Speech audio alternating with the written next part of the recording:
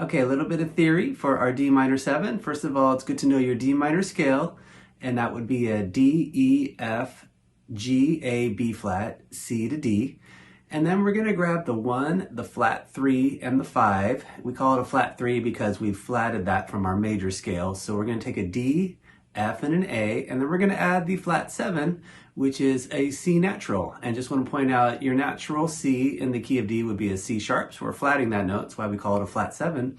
And that's what gives you a minor 7 chord.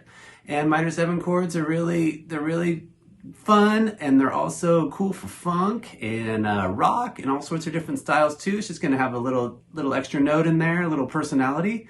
Definitely use them a lot in jazz too. But check out your minor 7 chords. It's a good way to add a little flavor to your minor vibe. Okay, for D minor 7, I'm going to start off with the 5th string bar chord shape. It's just a minor bar chord without your pinky. So I've got the index finger on the 5th fret 5th string, ring fingers on the 7th fret 4th string, barring to get the 5th fret on the 3rd string with my index, middle fingers on the 6th fret 2nd string, and then barring to get the 5th fret on the 1st string with my index. Make some contact, mute your low 6th string. Okay, for open position D minor 7, I'm just going to do my open 5th string, open 4th string, middle fingers on the 2nd fret 3rd string, barring to get the 1st frets on the first 2 strings with my index. Just avoid your low 6th string. Okay, the next one is the 6th string bar chord shape. It's a minor bar chord without your pinky. So I've got my index finger on the 10th fret 6th string, ring fingers on the 12th fret 5th string, and then barring to get my 10th frets on the first 4 strings with my index. You can also use your middle finger to add some pressure on your index. Okay, the next one is real similar but a different shape. To do that same position for a D minor 7, I'm going to use my middle finger to get the 10th fret on the 6th string.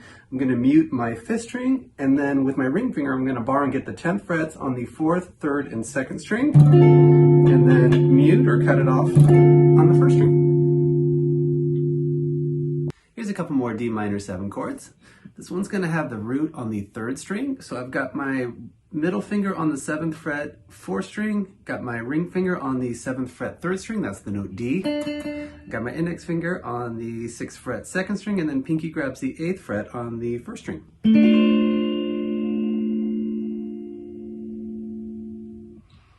One more D minor 7 voicing. This one's going to be the same notes as our open position, but we're going to play it up an octave. So now I've got my index finger on the 12th fret 4th string, that's the note D, that's the root. Pinky's got the 14th fret on the 3rd string, and then middle finger and ring finger get the 13th frets on the 2nd and 1st string.